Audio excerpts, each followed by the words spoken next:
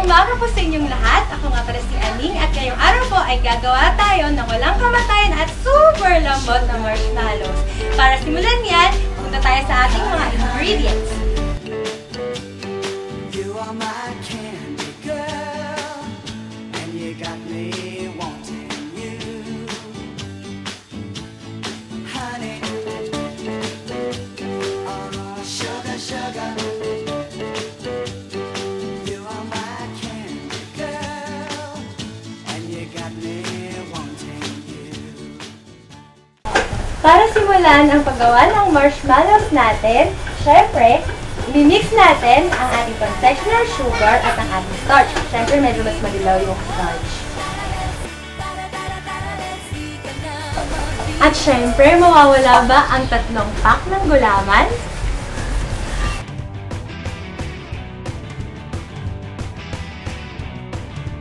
Hindi rin naman pwedeng mawala ang kalahating tasa ng tubig. Sasama kita, huwag kang magtanong, basta sumama ka lang, huwag mong unahan.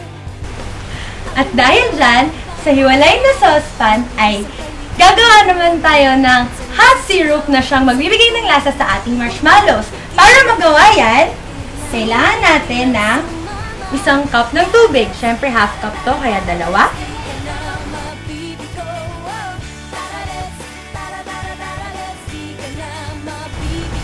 Sa tubig natin tutunawin siyempre ang ating asukal. Hindi yan pwedeng mawala. Pasabugin ng saya, pigilan, abonado ang pag-asa, itaas ang kamay, hanapin mo. At dahil dyan, idadagdag din natin ang ating corn syrup na magdadagdag din sa flavor ng ating halo.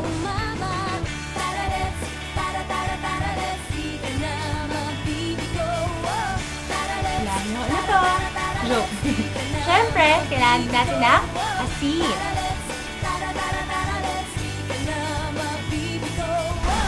At syempre, para naman hindi mangalay ang ating magandang si Iko na ating master chef, tama? Ay kailangan nating i-boil ang ating solution hanggang siya ay mag-homogenize.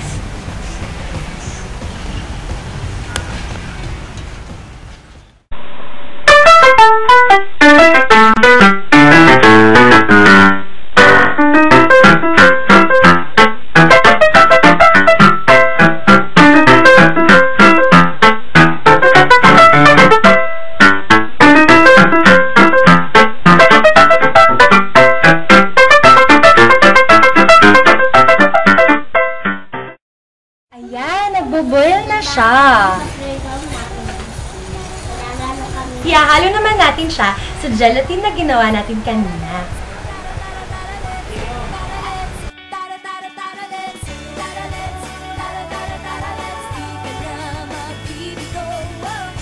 Next, papahiran naman natin ng butter o mantikilya ang ating pan para di dumikit ang ating mixture.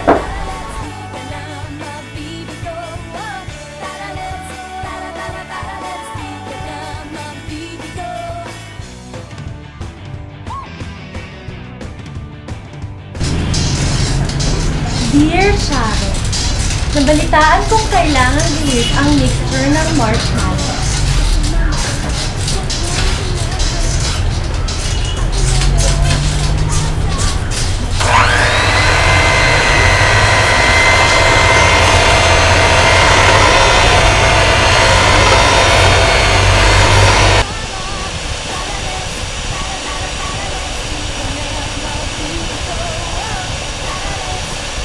Matapos saluin at pakapalin ang ating mixture, ay ililipat na natin ito sa pan na binalutan ng parchment tape. Pagkatapos ilagay sa ating pan, hubad-bara naman natin siya ng ating hinalong confectioner sugar at starch.